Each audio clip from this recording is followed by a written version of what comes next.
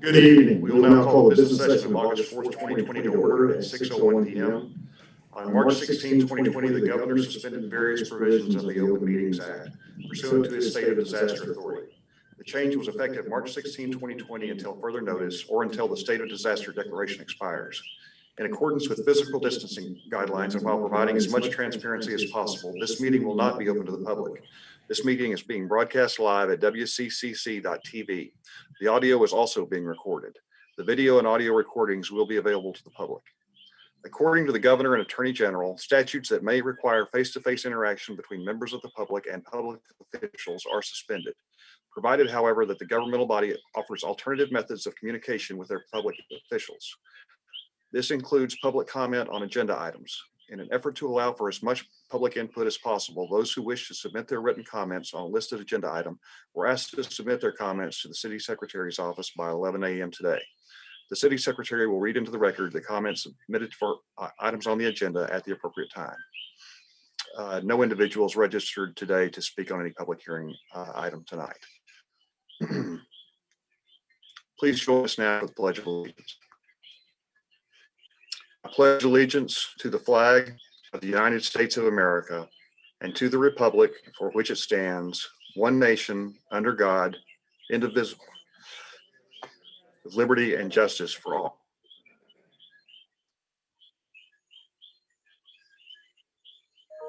Thank you. We need to consider and approve the minutes of the July 21st, 2020 meeting. Are there any changes to those minutes? Those will stand approved as written. We have two public hearings tonight. The first is public hearing 2020-513.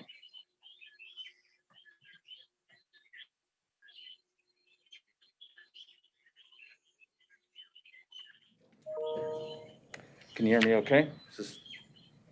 All right.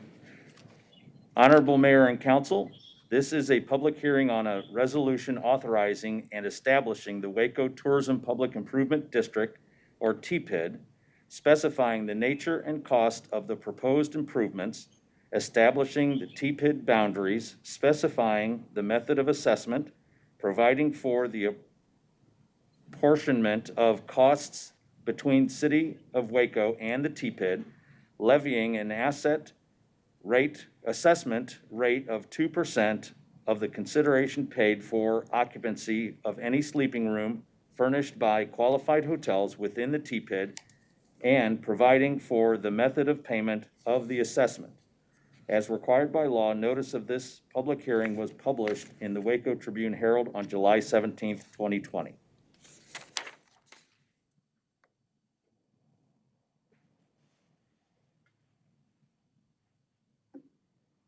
The mayor's on mute. Sorry, are there any questions? I'll open a public hearing for comments. Ms. Merle, to confirm that we didn't have anybody registered to speak on this item. That's correct. We'll close the public hearing. Is there a motion? I'll move for approval. I'll second. A motion and a second. Any discussion? Just that I appreciate staff's and the hotel's work on this. I think it's a great thing. And considering many of our other peer cities have already done this, it's just maintaining our competitiveness in this space. And so, again, I'm looking forward to forming this TPID, and I think it'll be a good thing for the community. No, I'll just chime in on that too. We talked about it this afternoon a little bit, but these hoteliers who have skin in the game, I think are going to be a great asset to helping us market Waco and getting that occupancy back up and getting us back on track. Great program.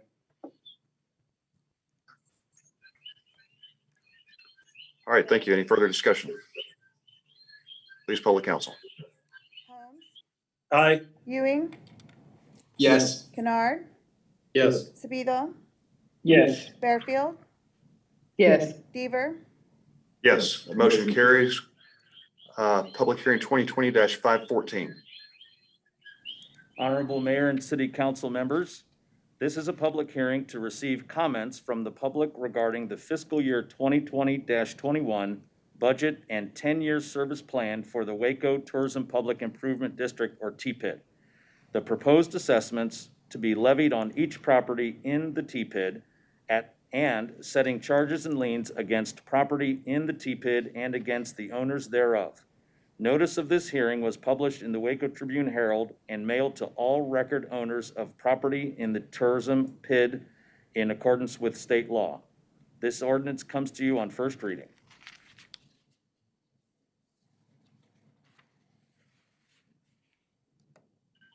Any questions for staff?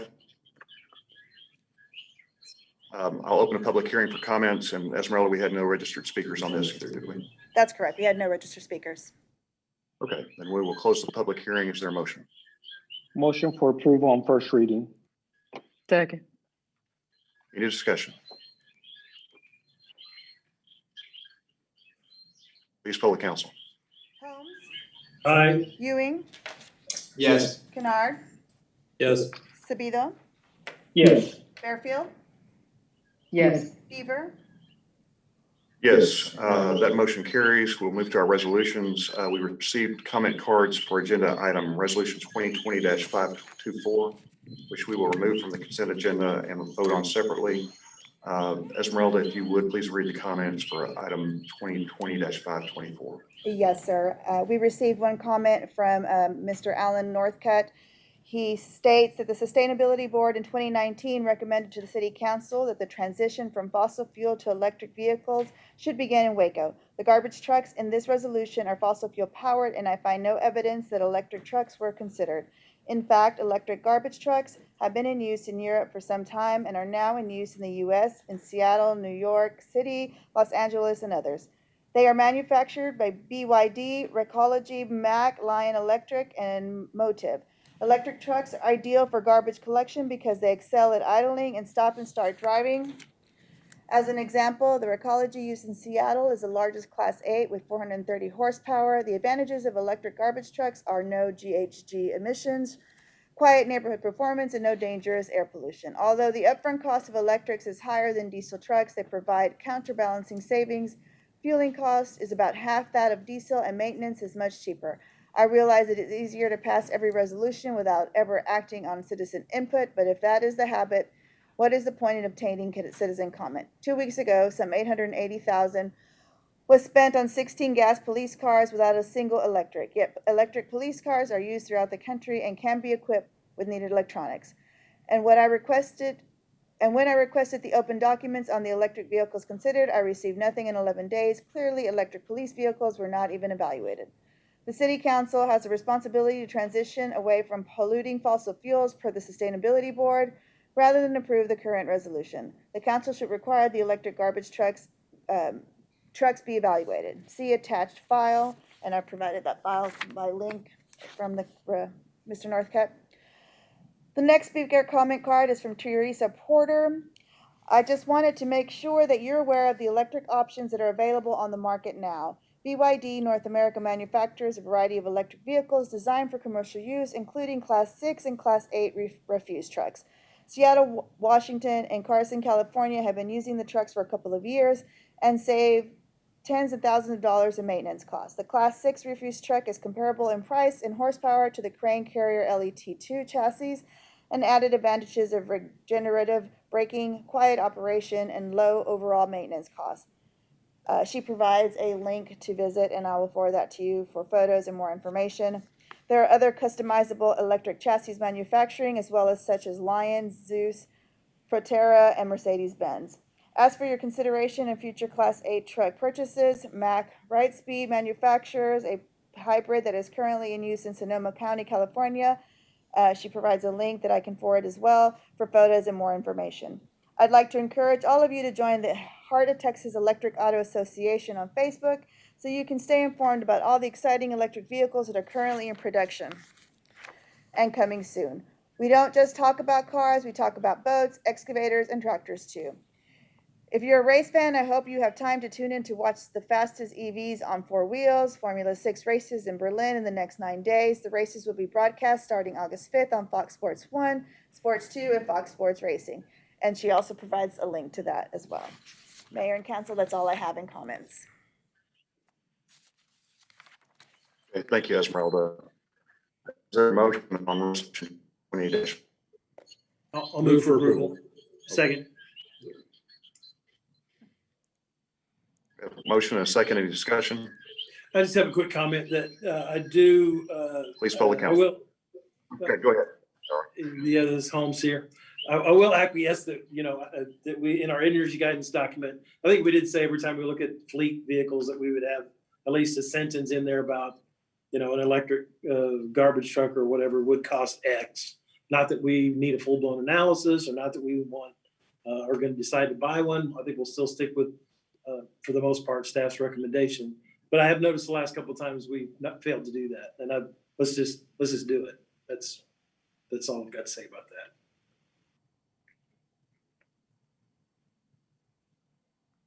Yeah. I'm ready to vote. Any further discussion? All right, please poll the council. Yes, sir. Holmes, Aye. Ewing, Yes. Kennard, Yes. Sabido, Yes. Fairfield, Yes. Deaver, Yes, that motion carries. The consent agenda tonight consists of resolutions 2020-515 through 2020-532, with the exception of resolution 2020-524 that we just put on. Is there a motion on the consent agenda? Move for approval. Consent agenda. Oh, second. Okay, we have a motion and a second. Any discussion? Please poll the council. Holmes, Aye. Ewing, Yes. Kennard, Yes. Sabido, Yes. Fairfield, Yes. Deaver. Yes, that motion carries. We have one ordinance tonight. It's ordinance 2020-533 on second reading.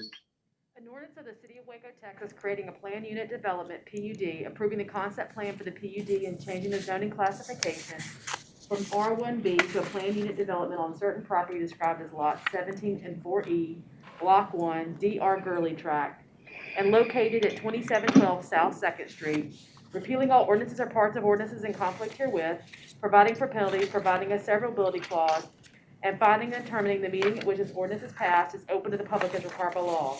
This ordinance was approved by a 6-0 council vote on first reading on July 21st, 2020. Okay. Is there a motion on that ordinance? Motion for approval on second reading. Second.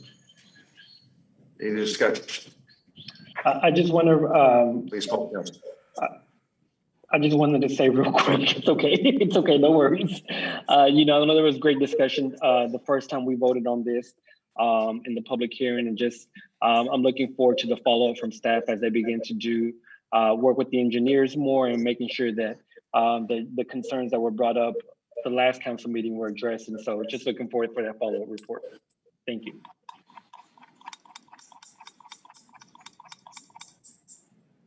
Any further discussion? Please poll the council. Holmes, Aye. Ewing, Yes. Kennard, Yes. Sabido, Yes. Fairfield, Yes. Deaver, Yes, that motion carries. Are there any council member reports on committees or boards or commissions on business? Yes, please, Mayor. One of the things that is incredibly disappointing in our meeting virtually is that while we do carry the privilege of being able to recognize staff, there's a lot of times that we don't have the opportunity to recognize our community who are continuing to do things to make our city better and giving of themselves. And I just wanted to take a minute to recognize one of our longstanding community partners, and that's Mr. Devin Mims, known in the hip hop world as Big Banky. For the past 10 years, he's been donating backpacks and school supplies for the East Waco community, and always has a big event at what is now Wilbert Austin Park, Hood Street Park, and is continuing to do that this year, even in the midst of the pandemic, safely, of course. But I did want to recognize Mr. Mims for his work, honoring Big Binky for all the things that he does for the children and families of East Waco community, and noting that this year's school supply drive will be August 15th. at 2:00 at Wilbert Austin Senior Park. And there will be an opportunity that he will be presented with a proclamation from the city of Waco on that day. But I just wanted to recognize one of our city heroes. That's great, Mayor Pro Tem. Thank you for sharing that with us. Important information. We will be having another press conference tomorrow afternoon. Judge Felton and Dr. Griggs will be there. We will also have the two chief medical officers from each of our hospitals on that press conference at 1:30 tomorrow afternoon that you can see on wccc.tv and on several other internet channels. I do want to say that we are starting to see a little bit of progress in our fight against COVID, getting back in better shape. We've got a long way to go, and we will be talking about that in depth tomorrow. So please join us then. There being no further business, we'll adjourn this meeting at 6:16 p.m. Thank you all.